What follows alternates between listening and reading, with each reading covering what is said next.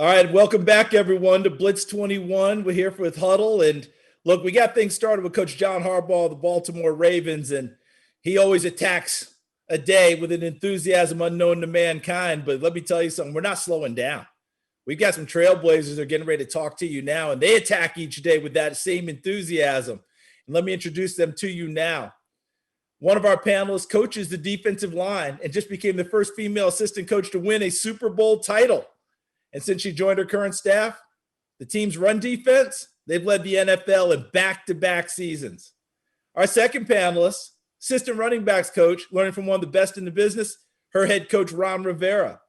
Our final panelist, an all-city defensive lineman in her native Philadelphia. Can't wait to hear them talk technique here. And when she's not scouting for Les Snead and Sean McVay, she's also coaching high school football. Let's make sure we give a warm Blitz 21 welcome to these pioneers. From the Tampa Bay Buccaneers, Coach Lori Locust. From the Washington football team, Coach Jennifer King. And from the Los Angeles Rams, Coach Mickey Grace. Coaches, hello. Hope we're all unmuted. We're so excited to have you here to talk football.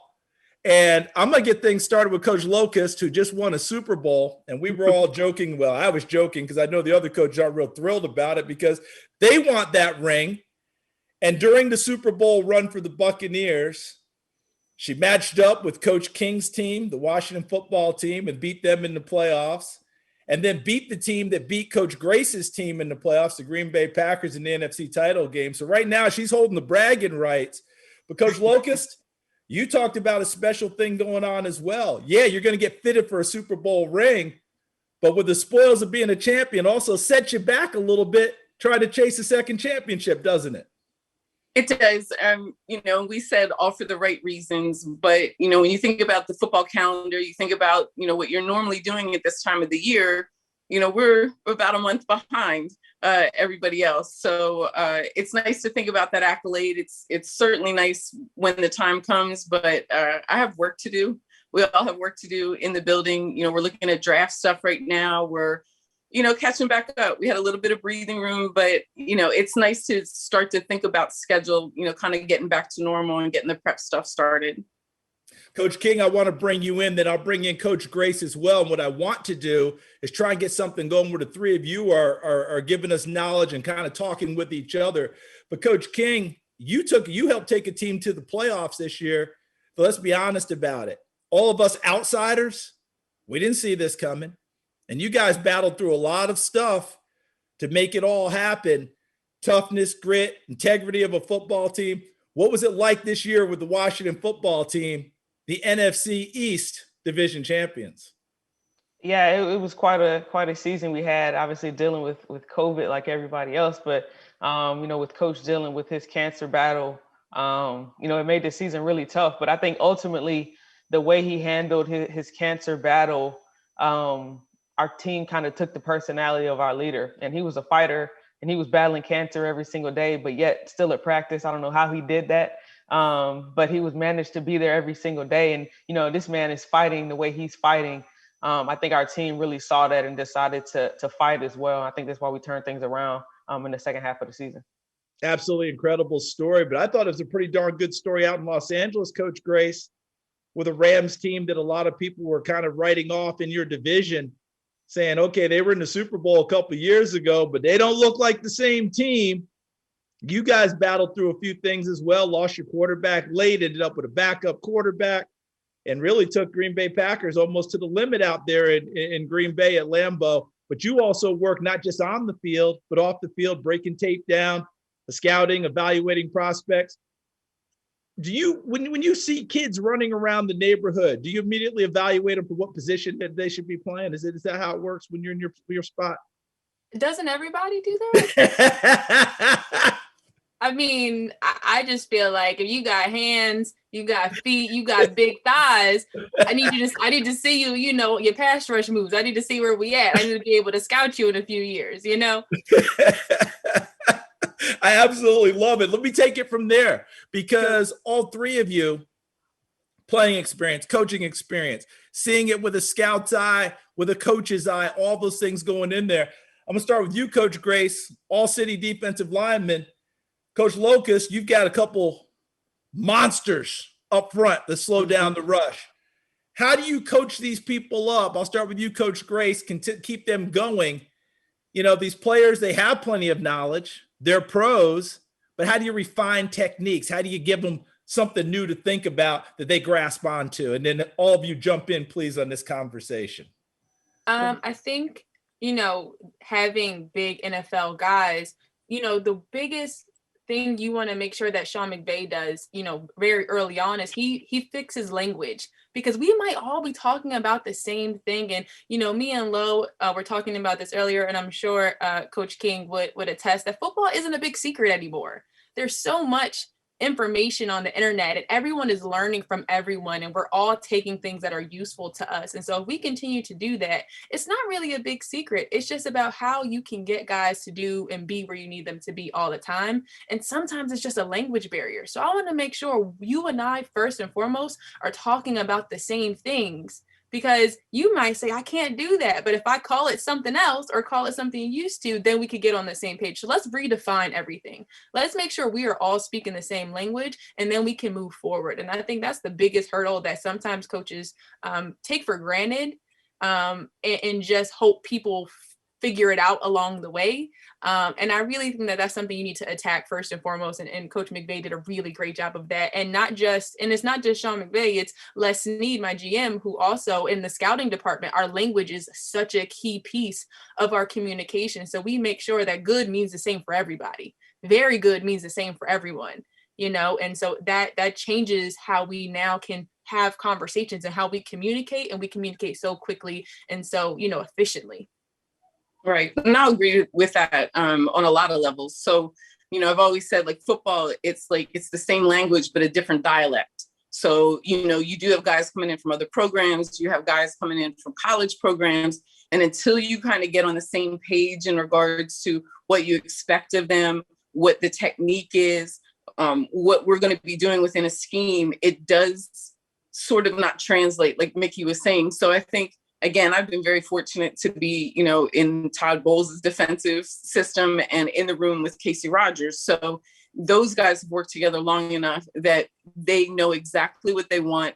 And Mickey said it, it's a copycat league. We're not out here doing anything really any differently. We don't have any magic like spells or anything like that, but it's all fundamentally based. And I think sometimes coaches will get away from fundamentals, especially when it comes to D-line play. They see stuff on the internet, they see the videos, they see the trainers that are out there pushing their systems. And really, at the end of the day, you're doing your athletes a disservice when you try and force them into something that you think that they should be doing, because all of a sudden it's sexy at them, at that minute to do it this way or that pass rush. If it doesn't fit the player, it's not going to fit your system. You're not going to have results. And I think we've been very successful against the run because the guys are so fundamentally sound. We don't do anything exotic at practice. We do hip flips on trash cans. We do get-offs. We practice the blocks they're going to get in a game. Everything is specific to the job we're asking them to do. So the guys take pride in it because they understand it, because they comprehend it. They can play fast. They can play aggressively. We're not doing, like Mickey said, we're not doing anything anybody else is not doing, but we're doing it just a little bit better because the guys have really bought in. They take a lot of pride in what they do, but it's all fundamentally based. Yeah, I think the elite athletes that we get to work with every single day, they want to be better. And that's the cool thing about working in the NFL. Even though they're the best of the best, they always want to be better. And, a lot of our things are rooted in fundamentals as well. Every drill that we do, you can correlate it into a game situation. And we make sure to let them know that when we're doing them or when we're watching tape, we'll be like, oh, this is the drill that we did the other day, that move you just made. That's how it correlates. And they know that. And I think, they always push each other to be better. There's always competition in the room to be better. And, it's healthy competition with our guys, but everything's rooted in fundamentals. Some of the basic things that we talk about, vertical football is everything for us in our room in the NFL, because teams care more about the ball than they do about the ball carrier. So, ball security is every single thing, is involved in every single thing that we do. I'm constantly punching, and, we'll try to distract them to punch and everything to keep that vertical football. And, that's mixed in with the other things that we do. But at the end of the day, that's number one in our room. Coach King, when you talk about it's all about the ball, right? And the other coaches with their programs Sean McVay's been there a little while, right? Coach Arians has come in a second, he's able to establish himself a little bit. You guys were just getting yourselves established in Washington this year. Everything was brand new. How did you get your message across so quickly that your team grasped? I don't care about record, but your team seemed to grasp that message pretty quickly in how they played. Yeah, I think on the offensive side of the ball, once, obviously we learned in Zoom, which was interesting, but the guys did a great job learning and locking in and focusing in every single day to learn. So when we got to get together late July, it wasn't as big of a gap as you think it would be when they came into play. And our rookie had to learn to be a pro, and he did that. But I think once our guys saw that, our offense was fun to be a part of because everyone gets the football, everyone's involved in our offense. So, our running back room, we're involved in the pass game a lot. We run the ball, we protect the ball. I think everyone's involved, and that keeps everyone happy because at the end of the day, everyone wants the football on offense, no matter how much of a team player they are. But, we were able to do that and have some success and really show the guys that the offense was fun to be a part of. Well, you talk about offense, Coach Locust, Coach Grace, you got some defensive guys that everybody talks about. Coach Locust, you mentioned your defensive line. There's some guy named Donald playing for the Rams that maybe people might have heard of. It seems to me that you guys also attack on defense the way people talk about attacking on offense. Would I be anywhere close to that? Would I be anywhere close to being correct on that, Coach Locust, starting off? Sure. I mean, and I think when you have this type of players that we have, you have Sue, you have Vita, you have Will, I could go name all of the guys, each of them brings such a different aspect to that front. But again, going back to, the fundamentals and being able to play through this system and really shine in regards to their personal abilities is that the way that they're taught and the football IQ that has been brought into the room, working with Casey, they know going into every game for, I would say, a good percentage, what play they're about to get based on, the back set, based on, the tendencies, based on, where the tight end is, where the slot is. I mean, the guys have gotten to a point right now where they're able to call out the play before it actually happens. And I know a lot of other, teams do it the same way too, but giving them that ability to know what type of block they're going to get pre-snap or have a good idea of how they're about to, have that O-line come at them has given them just that half second extra, just that little bit more of an advantage across the line. And that's how we're able to play so aggressively. That's how we're able to really destroy O-lines, and disrupt in the backfield. And that's very important, but that's also something that they've embraced. And actually, I mean, you can see the result of it, but that's what they run with every week. They can't wait to watch film. And that's a blessing as a coach.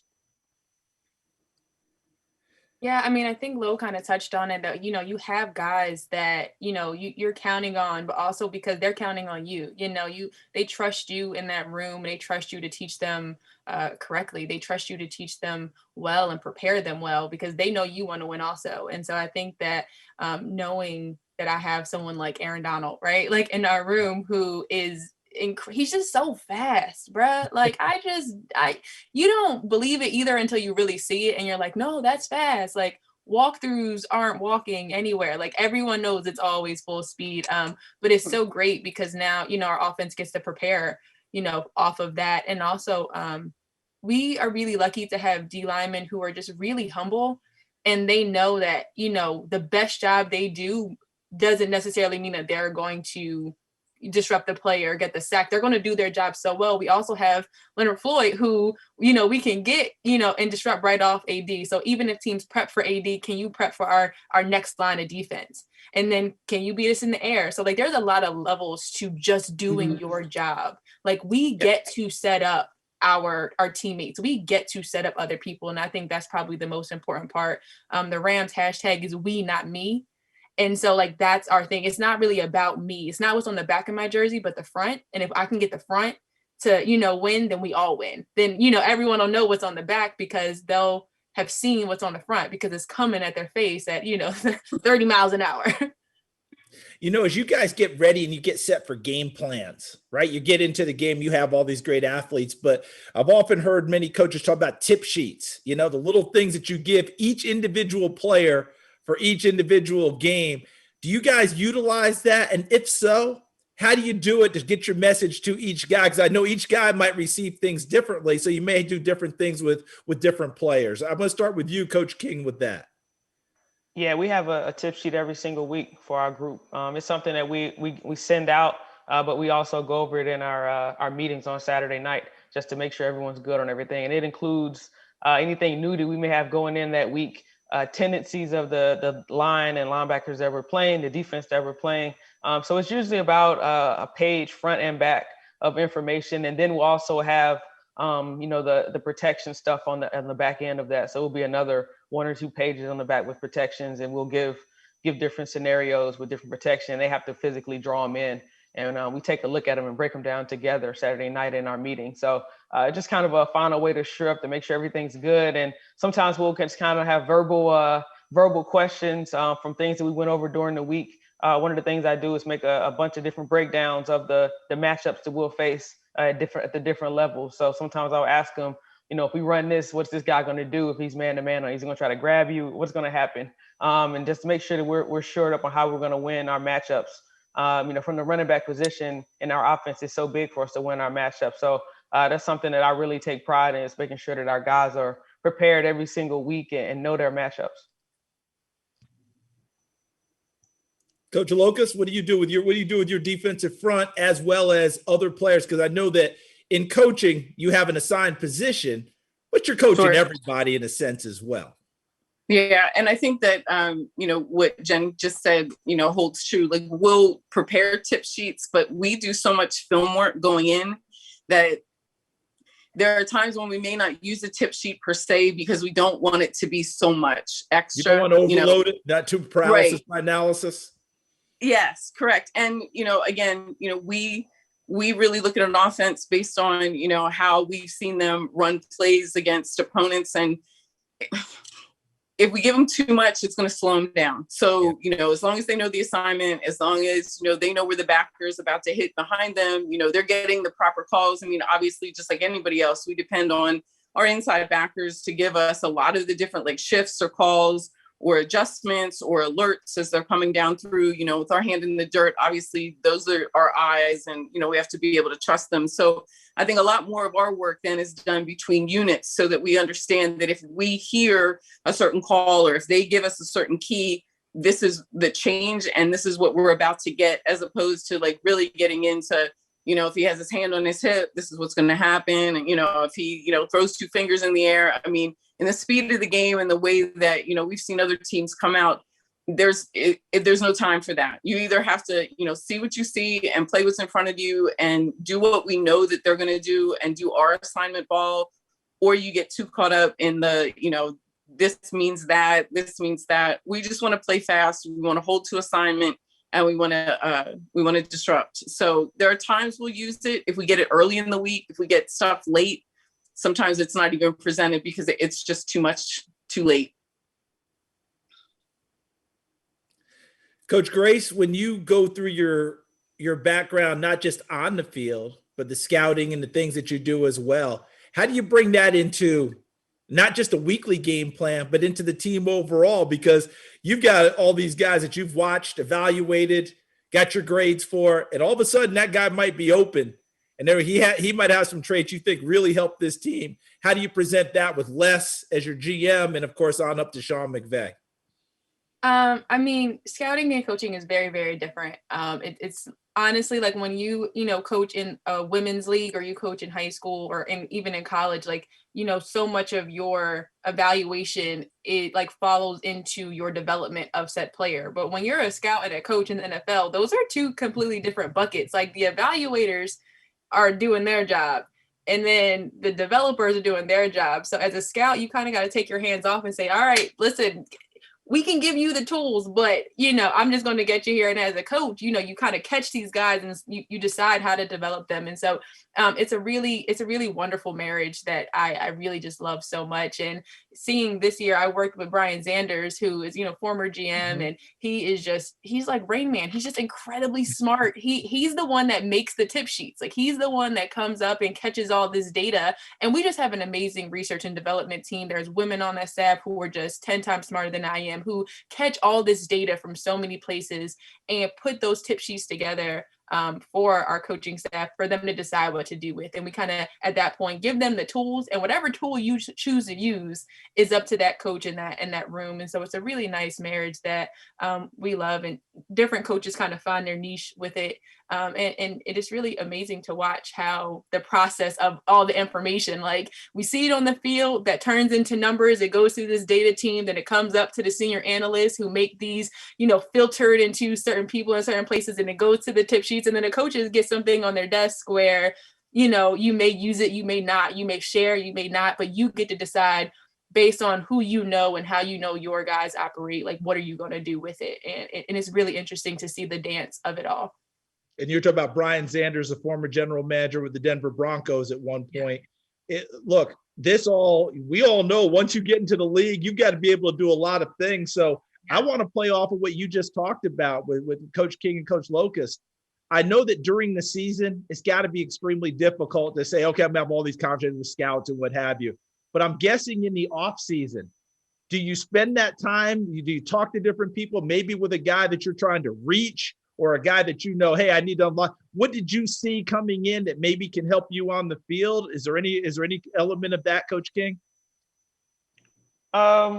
I think the main thing for us right now, obviously self-scouting things, we're limited what we can do, obviously talk about with the guys, because you can't talk about football right now. But right. Self-scout is huge for us right now. And just to making sure, that's how you learn all your tendencies. We try to do things on bye weeks, but you don't get that time that you want that we get now. So right. we're taking a deep dive into ourselves to see how we can get better and see how we can improve in all facets. And that's something that me and Randy Jordan, our running backs coach, we're doing right now. We're watching every run and making our critiques and suggestions on how we can be better, and talk to each other before we kind of send it up the chain, just with our thoughts on everything that we did this year. So sometimes things you thought was really good, not as good, and sometimes things aren't as bad as you thought they were. But I've enjoyed actually doing this. It's a good way to kind of evaluate our guys as well, just to see the things that we can start working on. Hopefully we get them in person for off-season training.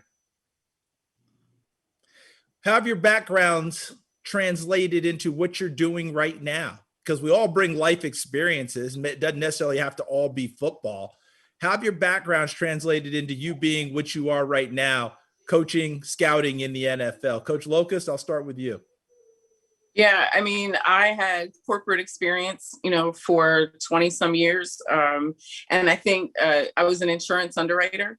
So there were a lot of times when evaluating a risk, you get in the mentality of this, then that, like if this occurs, then that will occur. So a lot of that really translates to coaching, because when you're putting game plans together, when you're trying to plug in certain guys, you have to look for the right combination. And it's a what if kind of thing, if we, have this front and they run that play, how are we going to make the adjustment? So it is a nice type of transition, because the critical thinking you need sometimes to evaluate a risk is sometimes translatable to how you evaluate a player, or like Jen just said, how you're self-scouting in the off season, see what worked, see what didn't, see what you may want to keep, but tweak a little bit, see what you want to throw out entirely. So, I think that had a lot to do with it. And all three of us have played, football. So being able to translate back to not so much the same level, but the same type of mentality, and be able to see it as a player would see it and be able to communicate that way certainly helps. Coach Grace? Yeah, I think one thing that we all share is that like we've all played, but also we were all involved in women's football. And I think the biggest amazing plus that you get with women's football is women really need to know a why to do something as hard as you want us to do it. Like we really need reciprocity, right? And I think that's okay to say. And we want to know why. And I think that, the three of us have all shared being studies of the game for so long. And whether it was to get ourselves as better players or to get ourselves, like I coached against Low, in a women's league every year just to whether it was a scrimmage or a game. And, before a game, you see us hugging and chopping it up and talking about, the best ways to teach something, because you really, you have to teach women. And I think that's something that, I also have high school kids that I coach, so I'm like teaching, but you can't pretend you're a coach of this game and not also be a teacher. And whether that's a teacher of the film and what we're doing, or a teacher of language, or a teacher of the actual game itself, like you can't pretend to be a coach of this game and not be a teacher. Like we're all very passionate about this game, but we also like very clearly know what we know, and we know why we know it. And I think that's the biggest part of this, is that preparation to do well. And then we can talk about the preparation to win, you know, because doing well and winning necessarily aren't the same things, right? Like I want to have a successful season, and also then I want to win. And that separation is really key and important while we're having this discussion, because success comes in so many different forms in this game, that I love it. And also I'm a mom, so time management now. Oh, that's why I keep turning off my mic, because my tiny human is making noises. But no, it really just empowers me, and seeing those two get me fired up. Like I have known Lo for almost a decade, and I think I've known Coach King now for like a solid 5 years. So I just get really fired up seeing all their success, and I, you know, text them and talk to them, and I get excited when they do something like I got it. Like, let's go, Jen. Like, I think like her team is my team, and not except for obviously when we play each other, but you know, then she got to go down. But other than that, like, that's just so exciting, because they have worked for this for so long. And so them just being able to do their job and do their job well is really just a testament to how well and how much they've studied and prepared for these moments that they're in. Coach Grace is 2020, 2021. You let that tiny human being do what they want to do. Okay? We're all used to this now. Everyone wants you to raise the fiery, passionate, tiny person until you're the one raising a passionate, fiery, tiny person. Check on your parent friends, okay? We're not okay. Coach, we all understand in this time frame with Zooms, God knows what's coming our background and the whole thing. Coach King, your background also has some hoops with it. And, you know, when I call a game, sometimes I will bring hoops into it, because my dad was a high school basketball coach. I played for him, and I see things that translate. Do you have any of that with how you're teaching, coaching the game, that you bring with you that translates well for you in your teaching and coaching? Absolutely. I was in college basketball for 9 years, and I was also coaching football during that time, and also was a police officer for about 4 years during that time. So it was a lot going on, you know. So I think, didn't do it. I'm just telling you. You've heard that before, right? Oh, of course. Everyone's innocent. But, you know, to walk into places that, you know, all these bad things have just happened and you're suddenly in charge, you know, you gain a certain confidence about yourself and preparedness. And obviously that kept you alive. You know, that's what you depended on to go home every single day when you was with the police. And, you know, where I worked, it was always something. So we were always getting into stuff, and just being prepared and being able to be strong and have a strong voice was so important on that job. And, you know, when I moved into basketball as a head coach, you know, there was no one to my left or right to you know, look at when it was a big decision. You know, the decision was on me at that time. So just to be prepared to get things done and be able to communicate with so many different people have been huge for me in my transition, because communication is so huge in teaching, and also just having that confidence when you walk in that you're prepared and you deserve to be there. Well, I still say I didn't do it, so I'm gonna move on from there. Look, I'd be remiss if I didn't talk about diversity, because that's part of what we've got going on here with this panel. And diversity may mean different things to different people immediately when they hear it. But to me, it's just an accumulation of so many different people coming at it with different ideas, different ways, we may look different, we may do, but bringing it all together and then sharing, figuring out the best way, common purpose, share it and move on. Coach Locust, you and the Buccaneers have gotten a ton of attention because of what Coach Arians has helped set up there. But I know we've got this on our panel as well. I'll start with you, Coach Locust. That diversity, how do you explain that to other people, besides the fact that, hey, we won a Super Bowl, you guys might want to think about this a little bit. Right. Clearly it works, right? Yeah, exactly. So I think a couple of things on this. Thankfully, the Bucs ownership has been very supportive of BA and his choices in regards to his staff. But what I'll say about that is that this is how BA has always been. This is him. You know, correct, right? So he's not doing it because of an initiative. He's not doing it to check boxes. He's been this way before I ever knew him. And that was early 80s, like forever and ever ago. Like, this is just who he is. He's going to surround himself with the people that he feels will help him win, will help make the players better. It doesn't matter what we look like. It doesn't matter where we came from. If he feels like we're going to be a value add, then he's going to push to have that person on staff. And, success in this or anything else isn't, gender specific. It's not color specific. Like, we're all testament to the fact, like, success comes in a lot of different shapes and colors and sizes and packages. But I think that it has to start at the top. If you're saying, is this a formula, to emulate elsewhere? I would say absolutely. With the right people involved, absolutely. But it's just, I think what the Bucs have done and what the Bucs have set up within the organization, that's where it needs to start. And then allow the coaches to make the right decisions for the right reasons and bring in the people that will help. And I think you'd see a lot more diversity in the league. Coach Grace, how about things out on the coast, as well as the league itself? What are you seeing? Yeah, so there's two different questions. So I think one, about the diversity in the league. And, I think one thing that teams are seeing, even if they are just trying to check boxes, is that, if they do want women or more minorities on staff, they're finding that there are a lot of qualified women and minorities on, like, for their choosing, you know what I mean? So Yeah. Even if they are interested in checking boxes, it then opens up the whole door of women in football. And I know me and Lo and Coach King probably feel like we know a bunch of women who could coach football. Like, there's a network of us who are qualified. And so any opportunity that they get and that we get to continue on with our passion, I think it is amazing. So even if they are interested in checking the boxes, like, we got them. What do you need? Like, ops, nutritionist, dietitian, like, who do you want? Because they're qualified, they're women, they're minorities, and we've been here for a really long time.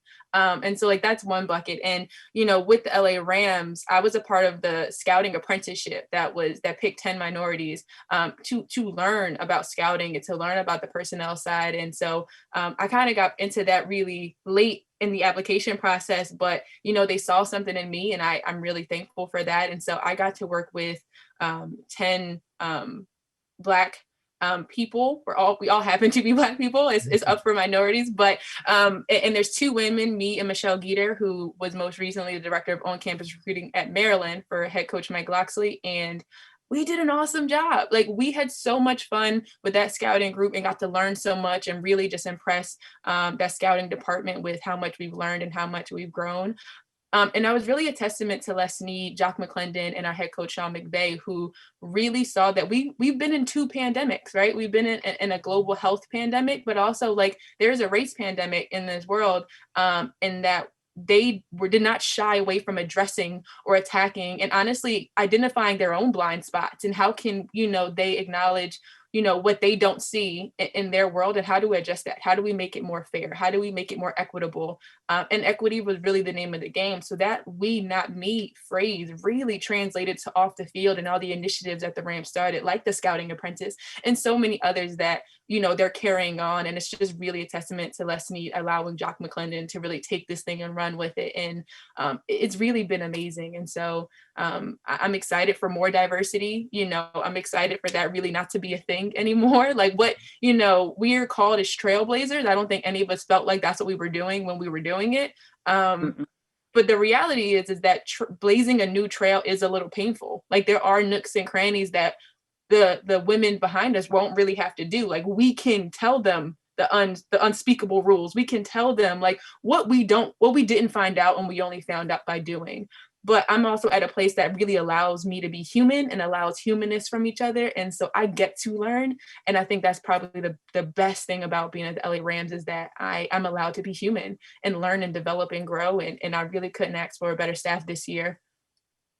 Coach King? Yeah, for me, I think it's exciting to see, the head coaches and people in the front office being willing to realize that things can change and it doesn't always have to be how it's always been. And, the coaches that were courageous enough to step outside the box and realize that only half of the talent pool was being looked at when it came to jobs and positions. I think it's really cool to see more coaches joining that, because they see the benefits, because diversity wins, as we continue to see. And it's so important for these people to get opportunities. And I think it's important that, we all don't want people who are not qualified getting opportunities. We want people who are ready for their positions, but you have to realize that there are people ready to step in and do a good job. And, in the NFL, winning is king. And if you can't help the team win, the coaches aren't going to have you around. So, all we ever wanted were opportunities. And, once you get that opportunity, it's up to you what you do with it. And it's exciting to see so many, qualified women doing great jobs and great things around the league for various teams on the coaching side, on the ops side, social media, all over the place. Right. So, all you ever wanted was an opportunity or a chance, and, it's up to you after that. So, definitely hats off to the coaches who stepped outside of the mold and decided to do things differently.